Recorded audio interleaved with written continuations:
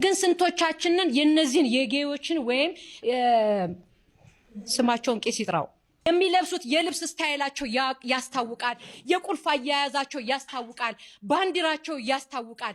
ይሄንን መቃወም ከዚህ ይጀምራል። እኔ ወንድ ነኝ፣ ስለዚህ እንደ ወንድ ወገብ ቀበቶን ጠበቅ አድርጌ ልለብስ አይገባም ወይ? ስንቶቻችን ነን? መንግስትስ እስከመቼ ነው የሰይጣኑን ኮርማዎች የሚቀልበው? እነኚህ እኮ የሰይጣን ኮርማዎች ናቸው። ሰው የሰዶምና የጎሞራ ኃጢያት ግብረ ሰዶማዊነት ብቻ አልነበረም። በቁጣ እሳትና ውሃ ሲጠፉ ተመሳሳይ ጾታ ወሲብ ስለፈጸሙ ብቻ አይደለም። አዶናይ ማለት እኮ ልጄ ነው። ልጄ ምን አጥፍቶ እንደታሰረ ግራ ነው የገባኝ። እውነቴን ነው የምላችሁ፣ ሌሊቱን ሙሉ እንቅልፍ አጥቼ ነው ያደርኩት። አዶናይ ማለት እኮ የልጅ አዋቂ ነው ሲሉ ጋሽ ሰለሞን እንዲህ ሲሉ እየተደመጡ ይገኛሉ። ሰላም ጤና ይስጥልኝ። እንዴት አላችሁ? እግዚአብሔር የተመሰገነ ይሁን። ወቅታዊ በሆኑ ጉዳዮች ተመልሼ መጥቻለሁ። እንግዲህ ዛሬ የምንመለከተው አርቲስቶቹ እንግዲህ ስለ ግብረ ሰዶምነት እያወገዙና የተለያዩ ነገሮችን እየተናገሩ ይገኛል። ይህንን አስቃኛቸዋለሁ። ሌላው የምንመለከተው እንግዲህ አዶናይ በቲክቶክ ታውቁታላችሁ ታስሯል። ሌሎችም ደግሞ ከኢትዮጵያ ባህል የወጡ አለባበሶችን የለበሱ ወደ 5 የሚጠጉ ቲክታከሮች መታሰራቸው ይታወቃልና ሕግ በእነዚህ ጉዳይ ምን ይላል የሚለውን አስቃኛቸዋለሁ። የቤተክርስቲያናችን አስተምሮ ስለ ግብረ ሰዶም ምንድነው የሚለውን ነገርና መንግስት የወሰዳቸውን እርምጃዎች ደግሞ እንዴት ይታያል የሚሉ ሌሎች ነገሮችን በስፋት እንመለከታለን። እስከ መርሃ ግብሩ ፍጻሜ አብራችሁኝ ቆዩ። እስቲ ሁላችሁም ይህን ቪዲዮ ዛሬ 1000 መሙላት አለበት። ላይክ አድርጉት። በኮሜንት ሴክሽን ላይ ደግሞ እግዚአብሔር አምላክ ሆይ ምሕረቱን ላክልን በሉት። እግዚአብሔር ነው ይሄን ምሕረት የምናገኘውና እንደሁላችሁም ባጽፉ እንኳን ባላችሁበት ሆናችሁ እግዚአብሔር አምላክ ሆይ ምሕረትን ላክልን እንድትሉ ትፈልጋለሁ። እሺ እስቲ በመጀመሪያ እንግዲህ የአዶናይ ስግጥ ፍምስ የሚለው ቃል እንዲሁም ደግሞ ስለ ቲክታከሮቹ ያለባበስ ሁኔታ የህግ አካላት ህግ ምን ይላል የሚለውን እስቲ ጠበቆቹን ሰምተን እንመለስ። ስግጥ ፍምስ በሉ ማለት የወንጀል ተጠያቂነት አያስከትልም። አሜሪካዊ ዜጋ መሆን ከተጠያቂነት አያድንም።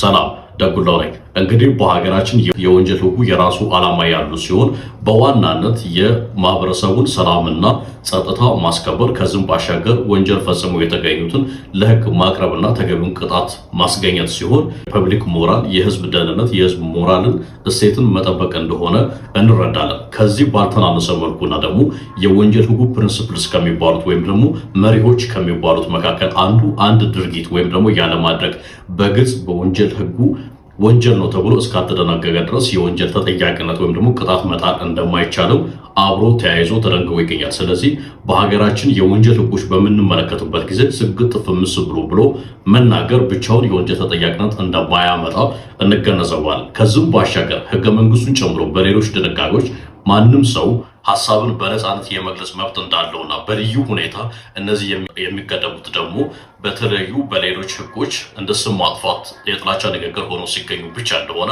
መረዳት ይቻላል። ስለሆነም አንድ ድርጊት ወይም ደግሞ አንድ አነጋገር ከባህል፣ ከወግ፣ ከሃይማኖት፣ ከሞራል ጋር ስለሚጻረር ብቻ የወንጀል ተጠያቂነት ያስከትላል ብሎ ማሰብ ተገቢ አይደለም። ከዚህም ባሻገር አንዳንዶቻችሁ አንድ አሜሪካዊ ዜጋ በኢትዮጵያ ምድር ወንጀል ቢፈጽም ይጠየቃል ወይ ብላችሁ ጠይቃችሁኛል። ወይም ደግሞ የአሜሪካ ኤምባሲ፣ የአሜሪካ ፕሬዝዳንት ጽሕፈት ቤትና ሌሎች አካላት በቀላሉ ዜጋቸውን ከሀገር ሊያስወጡት እንደሚችሉ ታስባላችሁ። ይህ ግን ስህተት ነው። አንድ አሜሪካዊ በኢትዮጵያ ምድር በባህር ሆነ በየብስ በአየር ሆነ በምድር በየትኛውም የኢትዮጵያ ግዛት ወንጀል የፈጸመ እንደሆነ ተገቢው ምርመራ ተጣርቶበት ጥፋተኛም ከተባለ ተገቢውን ቅጣት ያገኛል። ከዚህ ጋር በተያያዘ ዲፕሎማቶችና አምባሳደሮች የተለየ ዓለም አቀፍ ልማድን በተከተለ መልኩ ትሪት እንደሚደረጉ ማሰብ ተገቢ ነው።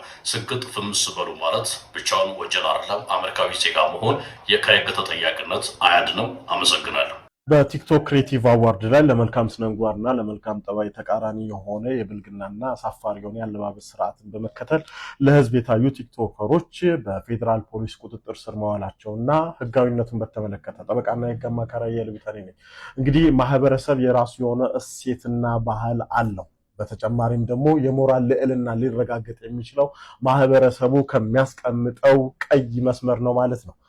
በዚህ ይሄን በተመለከተ ደግሞ በ2025 በተከናወነው የቲክቶክ ክሬቲቭ አዋርድ ፕሮግራም ላይ አንዳንድ ወንዱም ሴቱም ተገቢ ያልሆነ አለባበስ በመልበስ ህፃናትን እንዲሁም ደግሞ በማህበራዊ እሴት ላይ ሃይማኖት ያለው ባህል ያለው እሴት ያለውን ማህበረሰብ በሚንቅና በሚያዋርድ ሁኔታ ላይ የተለበሱ ልብሶች በጣም አሳፋሪ በመሆናቸው እርምጃ ሊወሰድ ይገባል፣ መንግስት ዝም ሊል አይገባም በሚል በብዙ ሰዎች በአንቂዎችና በህግ ባለሙያዎችም ጭምር ተቃውሞ የቀረበበት መሆኑ ይታወሳል። ይህንንም ምክንያት በማድረግ እንግዲህ የፌዴራል ወንጀል ምርመራ ጉዳዩን ተመልክቶ የወንጀል ምርመራ በማጣራት ግለሰቦቹ በዚህ ጉዳይ ላይ ተጠርጣሪ የተደረጉ ግለሰቦችን ይዞ ጉዳዩን እያጣራ መሆኑን ተመልክተናል ማለት ነው።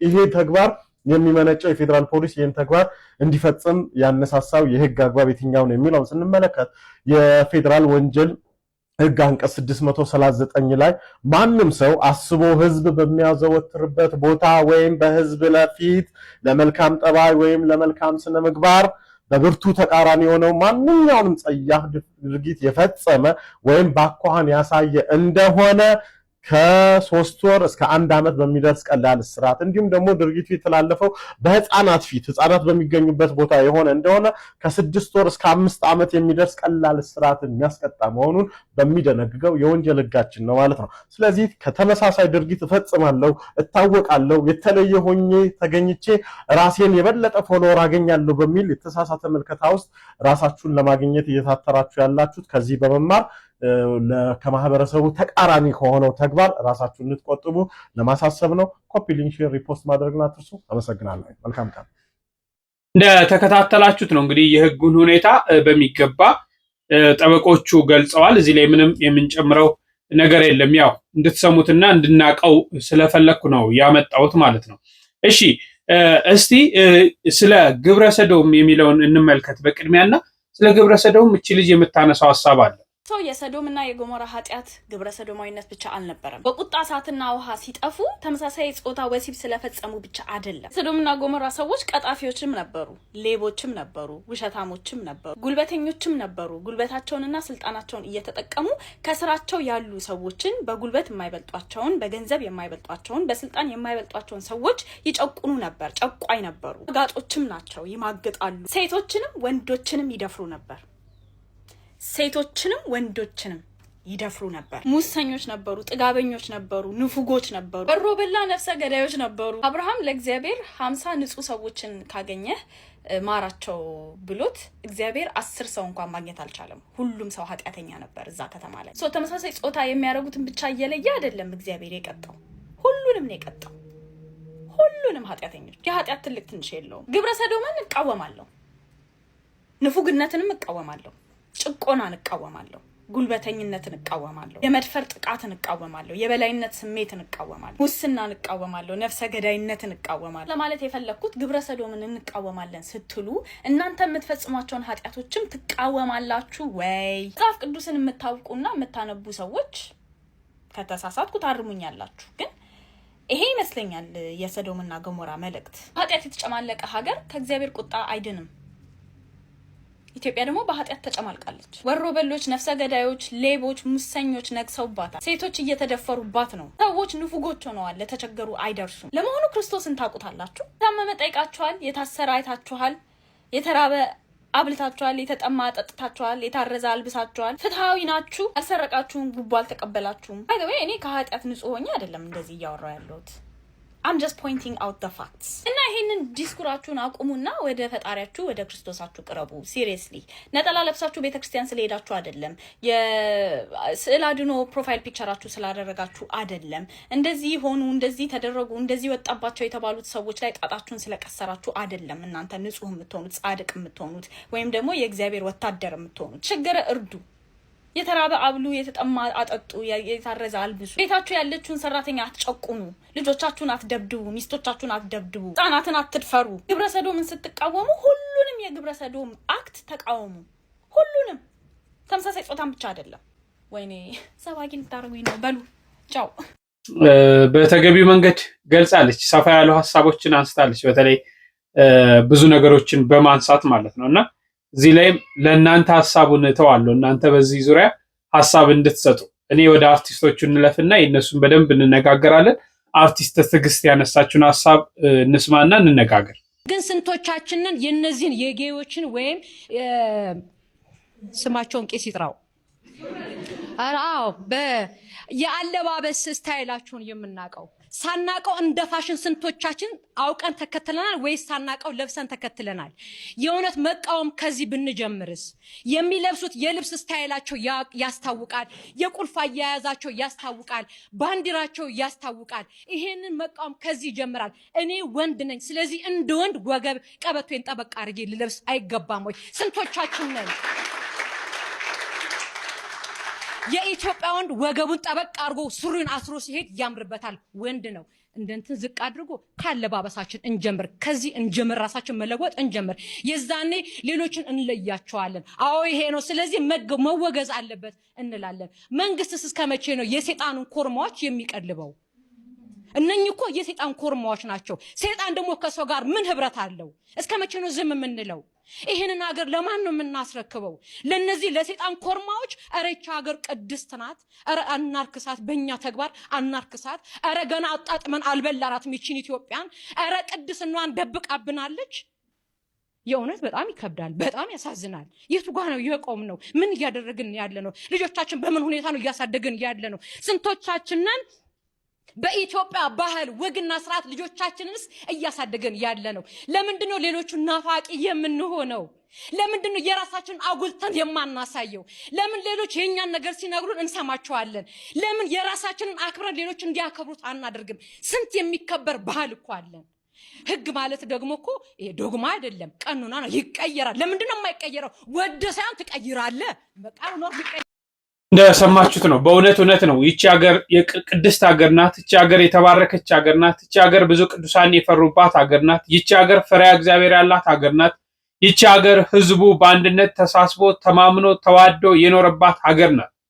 እንዲህ አይነት ነውር የሆኑ ነገሮች፣ እንዲህ አይነት ጸያፍ የሆኑ ነገሮች፣ እንዲህ አይነት ከእግዚአብሔር መንግስት የሚያርቁ ነገሮች፣ እንደዚህ አይነት እርኩስ የሆኑ በሰው ዘንድ አእምሮ ዘንድ ተቀባይነት የሌላቸው ነገሮች ልናወግዛቸው ያስፈልጋል ማለት ነው። ባይዘዌ በደንብ በስፋት ተጠቅሷል። በተለይ ያነሳችሁን ሐሳብ አስተውላችሁት ከሆነ ከአለባበሶች እኛ ወንዶች እንኳን ስንለብስ በምን አይነት ሁኔታ ነው ልብስ መልበስ ያለብን? ዛሬ ወንድ ልጅ እኮ ዝቅ አድርጎ ሱሪን፣ ይቅርታ አድርጉልኝ ስለቃሉ፣ ቂጡ ላይ መልበስ፣ ዝቅ አድርጎ ሱሪን መልበስ እንደ ፋሽን እየታየ ነው። ይሄ ነገር ግን የማን ነው? የነዛ ሰዎች ምልክት ነው። ተጽዕኖ እያሳደሩብን ነው ማለት ነው። ፋሽን እያስመሰሉ በእንደዚህ አይነት ሁኔታ ነገሮችን ምን እያሉን ነው? እያለማመዱን ይገኛል ማለት ነው። እንታጠቅ በስርዓት ልክ አባቶቻችን ይዘውት የመጡትን ስርዓት ለምንድን ነው እኛ ማንከተለው? ያ የእነ አባቶቻችንን ዘመን የፋራ ዘመን እያልን እየጠቀስን እኮ ዛሬ ፋራዎች የሆንን እኛ ነን። በእውነት ፋራዎች የሆንን ማለት ነው። ምንም የሰለጠንን መስሎን ያልሰለጠን ዛሬ ሰለጠንን ብለን ምን አመጣ? ከመጋደል ከመሞት አውሮፓውያኑን የምዕራቡን ዓለም ነገር ተቀላቅለን ምን አመጣን? መዓት ነው እየመጣብን ያለው። እንዴት እንዲህ አይነት ኢትዮጵያ አትፈቅድም። እንዲህ አይነት ነውር በሀገራችን መካሄድ የለበትም። ነውር ነው። ትውልድ የሚገል ሀገር የሚያጠፋ ማህበረሰብ የሚያጠፋ ታሪክ የሚያጠፋ በሽታ እኮ ነው። ምን ሊገኝበት እኮ ነው? ፍሬ የለው። እንዴት እግዚአብሔር ያልፈቀደውን ነገር እናደርጋለን? ባይዘው እንዲህ አይነት ነገር ውስጥ የገቡ ሰዎችን እኔ በጣም ነው ማዘንባቸው። ተለክፈው እኮ ነው። ወደው ይመስላችኋል? ማርያምን ወደው አይደለም። አሁን የአርቲስት በዚህ ሁኔታ ይሄ ጋዜጠኛ በዚህ ሁኔታ የገቡ ወደው ይመስላችኋል? በምን አይነት መንገድ በምን አይነት መልኩ እንደሚያጠምዷቸው አታውቁም። ትጠመዳላችሁ። በመጠጥም በተለያየ ነገር አታለው ምን ብለው እዛ ነገር ውስጥ ይከታሉ። አንዴ ከተለከፈ ልክፍት ነው። በቃ በሽታ ነው። የዲያብሎስ ስራ ስለሆነ ማለት። ስለዚህ ይሄንን ልንቃወም። እኔ መፈራው ምን እንደሆነ ታውቃላችሁ? ነገ በስተው መብታችን ይከበር እንዳይሉ እኛን ከቁጥራችን በላይ ሆኖ መብታችን ይከበር ብሎ እንዲህ ነገር እንዳይመጡ። ዛሬ ይሄ እኮ ሚዲያ ላይ የወጣ ነገር ነው የተመለከትነው አይደል? ሚዲያ ላይ የወጣ ነገር ነው የተመለከትነው። በየቤቱ ስንቱ ጨልሞበት ስንቱ በዚህ አይነት ያለ ሰው አለ ብላችሁ አታስቡም? ይኖራሉ በርካቶች ማለት። ስለዚህ በተለይ በሰሞኑ በዚህ በቲክቶክ ህገወጥ የሆኑ አለባበሶችን በመልበስ የተያዙ መንግስት የወሰደው እርምጃ በእውነት ሊመሰገን ይገባል። እንዲህ አይነት ነገሮች ከስር መሰረታቸው ሲቆረጡ አያድጉም ማለት ነው። ዝም የምንለው ከሆነ ግን ወደ ያልሆነ ነገር ውስጥ እንገባለን። እሺ መንግስት የወሰደው እርምጃ እስቲ መምህር ደረጀ ዘዊንዬ ይናገራሉ። ወደ ቲክቶክ መንደር ስንመጣ መንግስት ፌዴራል የወሰደው እጅግ በጣም ጥሩ ነው፣ የሚያስጨበጭብ ነው። ተመስገን። ይሄ ጥሩ ነው፣ ግን እሳት ማጥፋት ብቻ እንዳይሆን ነው። አሁን የእሳት ማጥፋት ስራ ብቻ እንዳይሰራ። ቲክቶኩ ላይ ማን ያዘጋጀው? ለምንድን ነው የተዘጋጀው? እንዴት ነው የተዘጋጀው? እነማን ነበር የደገፉት? ዋና ሐሳቡ ምንድን ነው? ኢንዲንጉ ምን ነበረ? ውጤቱ ምን ለማምጣት ነው ያ የተዘጋጀው የሚለው መታየት አለበት። የዛ ውጤትስ ትውልዱን ምን ያክል ጠቅሟል ወይስ ምን ያክል ጎድቶታል የሚል ባለጌዎች የተሸለሙበትና ከዛም በኋላ እንቅስቃሴ ለማድረግ እያሰቡ ነው ያሉት። በጣም እነ ሰራዊት ፍቅሬን የሚያክል ትልቅ አርቲስቶች የሐሳቡ ተጋሪ ሲሆኑ ያሳዝናል። በጣም ያሳፍራል። ራስን አለመግዛትም ነው እኔ ለኔ የሚታየኝና ስንት ሊደገፉ ሊበራቱ የሚገቡ ስራዎች እያሉ ነገር ግን ነውረኞችን የማበረታታት ማጠበቂያቸው ሰዎች ሲሄዱ ታያለሽና እነዚህ ሰዎች መስተካከል አለበት። ባለፈውም ስንናገር ነበር። የቋንቋ ፖሊሲ የባህል ፖሊሲ ያላት ሀገር አልተጠቀመችበትም። እዚህ ትውልዱን እየገደልን ነው የምንሄደው፣ እያጠፋን ነው የምንሄደው። ህፃናቶች ያዩታል፣ ወጣቶች ያዩታል እና ያ ትክክል ያልሆነ አካሄድ ነው እና በይፋ ወጥተው መንግስት እንደሌለ ሃይማኖት እንደሌለ አድርገው ራሳቸውን ያጋለጡ ምስክር አያስፈልገንም እኛ ምስክር ነን ብለው የወጡ ሰዎች ላይ መንግስት የወሰደው እርምጃ በጣም ጥሩ ነው። ግን ይሄ ሁለት አይነት ነገር አያለው። አንደኛው የሰዎችን ጩኸት ለማብረጃ እንዳይሆን፣ ሁለተኛ ጊዜያዊ እንዳይሆን። ከዚህ በፊትም እንደዚህ ፈረንሳይ አካባቢ የሆኑ ግብረሰዶማውያን ባደረጉት እንቅስቃሴ ቲክቶከሮች ሲጮሁ መንግስት እርምጃ ወስዶ ነበረ። ዘላቂ ግን እርምጃ አይደለም እየተወሰደ ያለው እና ዘላቂ መሰረታዊ ለውጥ የሚያመጣ እርምጃ መወሰድ መቻል አለበት። ጭፈራ ቤቶች መዘጋት፣ ራቁት ጭፈራ ቤቶች መዘጋት አለበት። ጨረታ ድንግልና ብሎ የሚያካሄዱ ቦታዎች መዘጋት አለበት። ቁማር ቤቶች መዘጋት አለበት። ለትውልዱ የማይጠቅሙ ነገሮች መዘጋት አለበት። አሁን እዚህ አሜሪካ 21 ዓመት ካልሞላው መጠጥ መጠጣት ወይንም ቁማር መጫወት አይችልም። ገባሽ? እኛ ጋር ግን እንደፈለገ እድሜው 21 ሳይሞላው የፈለገውን ያደርጋል። እንግዲህ ነፃነት አለ የተባለበት የእብድ ሀገር ላይ እንኳን እንደዚህ አይነቶች እርምጃዎች የሚወሰዱበት ሁኔታ አለ። መናፈሻ ውስጥ መጠጥ የማይገባበት ቦታ፣ መሳሳም የማይፈቀድበት ቦታዎች አሉ። ለልጆች ሕሊና ጥንቃቄ የሚደረግበት ቦታዎች አሉ። ያውም ግብረ ሰዶማውያን እንኳን ህጋዊ በሆነበት በኦባማም ዘመን ጭምር ማለት ነው። እኛ ጋር ግን ሁሉ ነገር ልቅ ነው የሆነው። ምናልባት እናማቸዋለን ወይ እንረግማቸዋለን፣ ይሄ በልጅነቱ ይባላል እንጂ ጫት ትውልዱን ሲያጠፋ፣ መጠጥ ትውልዱን ሲያጠፋ፣ ሲጋራ ትውልዱን ሲያጠፋ፣ ዝሙት ትውልዱን ሲያጠፋ፣ አላስፈላጊ ነገሮች ትውልዱን ሲያጠፋ ተከታትሎ የሚያረም አካልና በህግ የሚጠይቅ አካል ስለሌለ ነው ጋጠወጥነቱ በይፋ እየወጣ የመጣው። ስለዚህ እርምጃው ጥሩ ነው፣ ነገር ግን በጣም ለውጥ የሚያመጣ ውጤቱ ለህዝብ ይፋ የሚሆን ስራዎች መሰራት መቻል አለበት። ህዝብንም ማድመጥ ትልቅነት ነው። እዚህ ፌዴራል ህዝቡን አድምጦ ይህንን ነገር ማድረጉ የሚበረታታ ሆኖ ሳለ ከነሱ ጀርባስ ማን ያለው? ለነዛ ልጆች እዚህ ደረጃ እንዲደርሱ ያገዙ፣ የደገፉ፣ ያበረቱ እነማን ናቸው?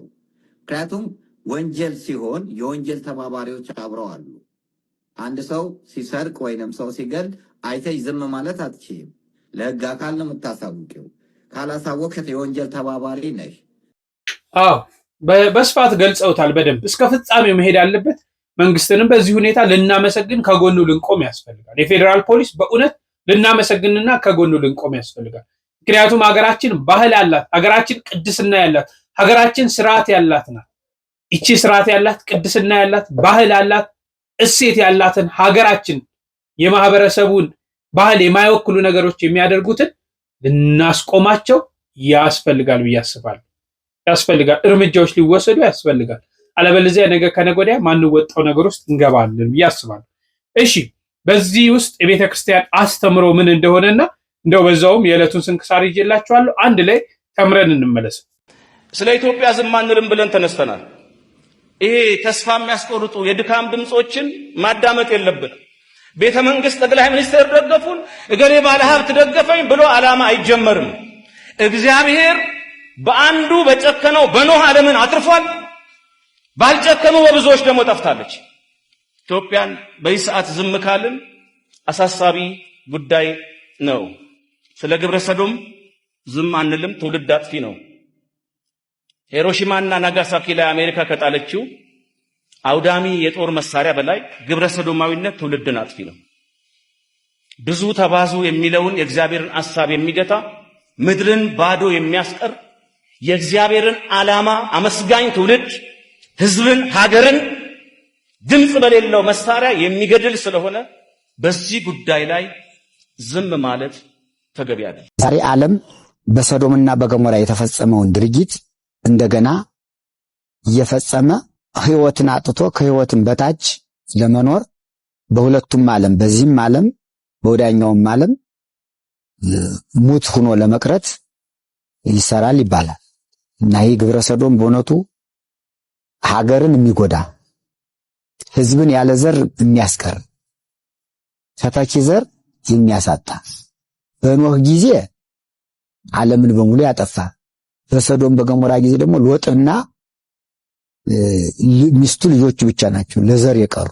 በዓይን የሚታይ ነው። የዓለም ነገስታት ኢየሩሳሌም ሄደው ሙት ባህርን ይጎበኛል። የዓለም ሰው ሁሉ ይጎበኛል።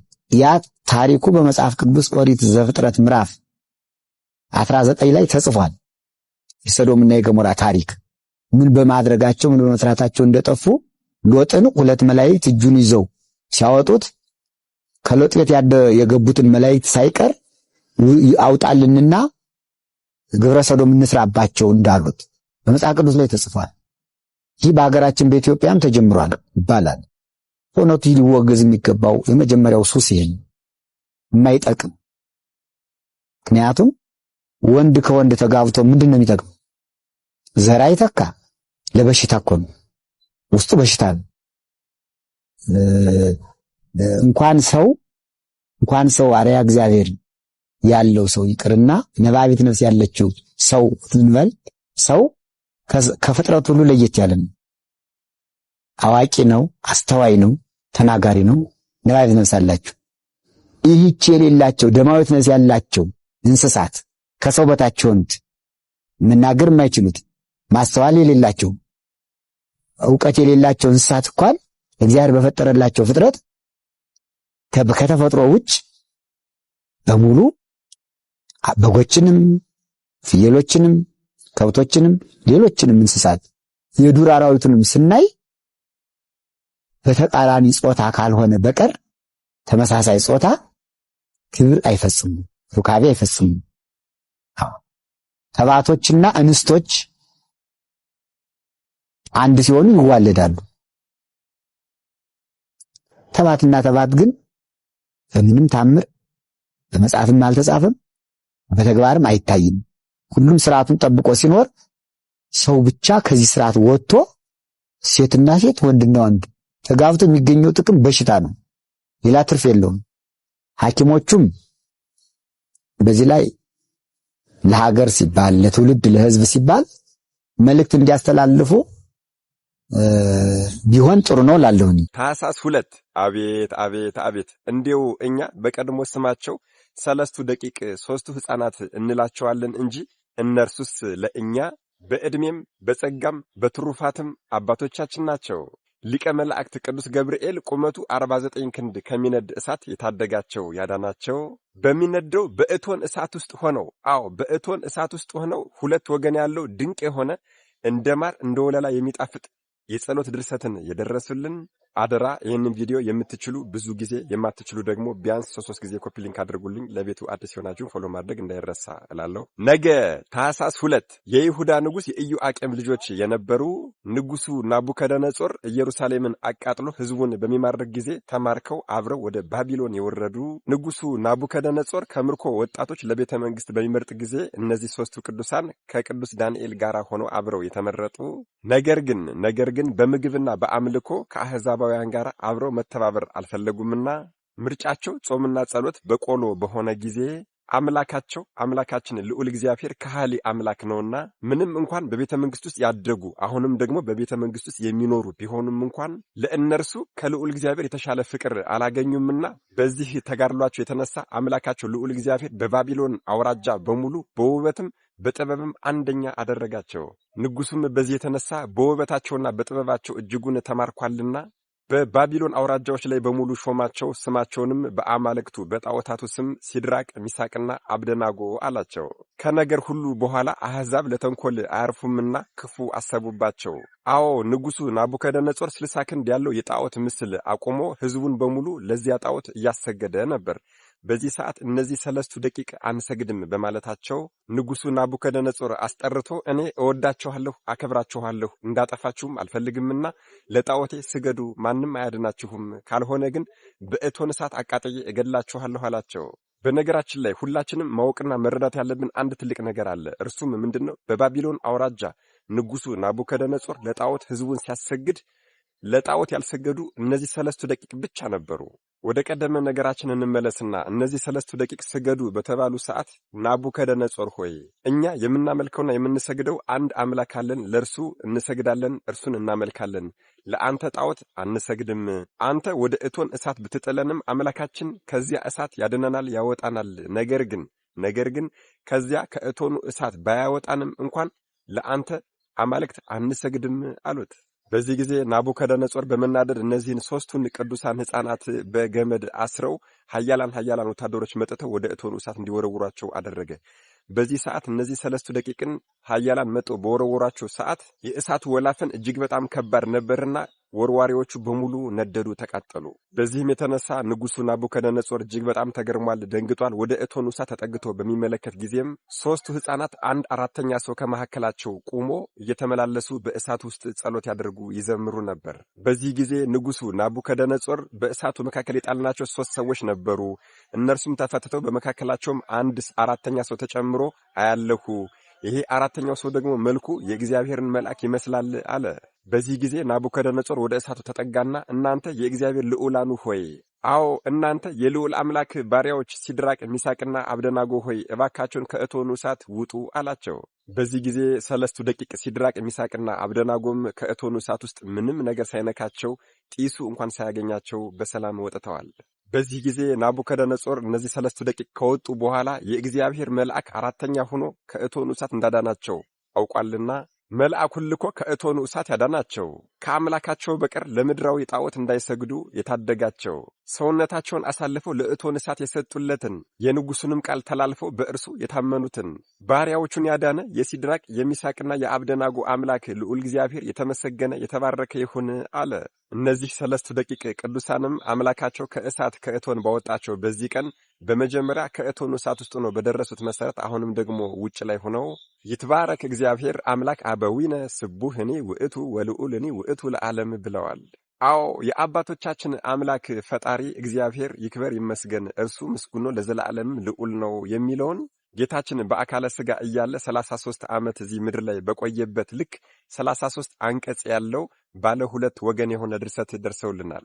እኒህ በቀድሞ ስማቸው ሲድራቅ ሚሳቅና አብደናጎ የሚባሉት በኋለኛው ስማቸው ደግሞ አናንያ፣ አዛርያና ሚሳኤል የተባሉት በቀድሞ ስማቸው 3 ደቂቅ 3ቱ ሕፃናት የምንላቸው ለእኛ ግን በጸጋም በዕድሜም በትሩፋትም አባቶቻችን የሆኑልን ቅዱሳን አባቶቻችን አናንያ፣ አዛርያ፣ ሚሳኤል ነገ ታኅሳስ 2 ከእቶን እሳት ሊቀ መላእክት ቅዱስ ገብርኤል እነርሱን ያዳነበት ታላቅ ዓመታዊ ክብረ በዓል ነው። ወገኖቼ ረጋ ብላችሁ አስባችሁታል? ይሄ ተጋድሎ በብሉይ ኪዳን በመጽሐፍ ቅዱስ ተቀምጦ ነው እንጂ በገድላትና በድርሳናት ላይ ተቀምጦ ቢሆን ኑሮ የትኛው መናፍቅ ይቀበለን ነበር? እውነቴን እኮ ነው። የትኛው ፓስተር፣ የትኛው የሃይማኖት አባት ተብዬ ነበር የሚቀበለንና ይህንን ነገር ሊያምን የሚችለው? ነገር ግን ምንም ማድረግ አይቻልም። ይሄ የሰማዕትነት ተጋድሎ በብሉይ ኪዳን በመጽሐፍ ቅዱስ ላይ ተቀምጧል። የቅዱሳን እናቶቻችንና አባቶቻችን የሰማዕታት ተጋድሎም ከዚህ የተለየ አይደለም። ሕሊና ልቦና ላለው አንድ ቃል በቂ ነው የምንለው ለዚህ ነው። ነገር ግን ልቦናውን በሰረገላ ቁልፍ 7 ጊዜ አዙሮ ለቆለፈ ሰው የትኛውንም ማስረጃና መጽሐፍ ብታቀርቡለት ሊቀበለው አይችልም። እኔ እኮ እጅግ በጣም ስለሚገርመኝ ነው። ጥያቄ ብንጠይቃቸው እንኳን አይመልሱልንም። ለምሳሌ እዚሁ 3 ደቂቅ የደረሱት ጸሎት ላይ የሰማይ ከዋክብት እግዚአብሔርን ያመሰግኑታል፣ ፀሐይና ጨረቃ እግዚአብሔርን ያመሰግኑታል ይላል። እንዴት ነው እነዚህ ፍጥረቶች አንደበት አውጥተው ነው እንደ እግዚአብሔርን የሚያመሰግኑት? በእኛ አስተምህሮ ሰፊ የሆነ ትርጓሜ ያለው፣ እነሱ ግን ይህንን ጥያቄ እንኳን መመለስ አይችሉም። እነሱን ልቦና ይስጣቸው፣ እኛንም ማስተዋሉን ይስጠን። መድኃኔ ዓለም ኢየሱስ ክርስቶስ እኛም በዘመናችን የዘመናችን መሪዎች ላቆሙልን ምስል ዘረኝነት፣ መለያየት፣ ጥላቻና ክህደት እንደ ሰለስቱ ደቂቅ እንደ አናንያ፣ እንደ አዛሪያ፣ እንደ ሚሳኤል አንሰግድም በማለት በሃይማኖት አጽንቶ እሳቱን የሚያጠፋ ቅዱሱን መልአክ ይላክልን። የሃይማኖትን ዕውቀት የምትሰጥ ያዘኑትን የምታረጋጋ ለተጨነቁት ፈጥነህ የምትደርስ የምስራች ተናጋሪ ደስታን አብሳሪ የሃይማኖት አስተማሪ የራማው መልአክ ሊቀ መላእክት ቅዱስ ገብርኤል ሆይ እንደ ሰለስቱ ደቂቅ አናንያ፣ አዛሪያ፣ ሚሳኤል በዚህ ዘመን ከሚነደው የዘረኝነትና የጎጠኝነት እሳት እንድታድነን አንተን በመማጸን እንጠራሃለን። መድኃኔ ዓለም ኢየሱስ ክርስቶስ ከሰለስቱ ደቂቅ ከቅዱሳን አናንያ፣ አዛሪያ፣ ሚሳኤል ረድኤት፣ በረከት፣ ምልጃ፣ ቃል ኪዳን፣ ፍቅር አይለየን። አሜን። ይቆየን። ለመምህሮቻችን እግዚአብሔር አምላክ ቃል ሕይወትን ያሰማልን፣ እኛም በሰማነው ፍሬ የምናፈራበት ያድርገን። እግዚአብሔር አምላክ ምሕረትን፣ ቸርነትን፣ ይቅርታን ያምጣልን። እሱ በምሕረት እሱ በቸርነት እሱ በይቅርታው በቃችሁ ይበለን። ሁላችሁም ለጸሎት በቆማችሁ ጊዜ ሀገራችሁን ሃይማኖታችሁን አስቡ ለማለት እወዳለሁ። ሐሳብ አስተያየታችሁ እጅግ ይጠቅመኛል። እየሰጣችሁኝ ቤቱንም ሰብስክራይብ እንድታረጉ እየጠየቅኩ ላይክ እንድታረጉ እየጠየቅኩ በሌላ ጊዜ እስክንገናኝ እጅግ አከብራችኋለሁ። ቸር ቆዩልኝ።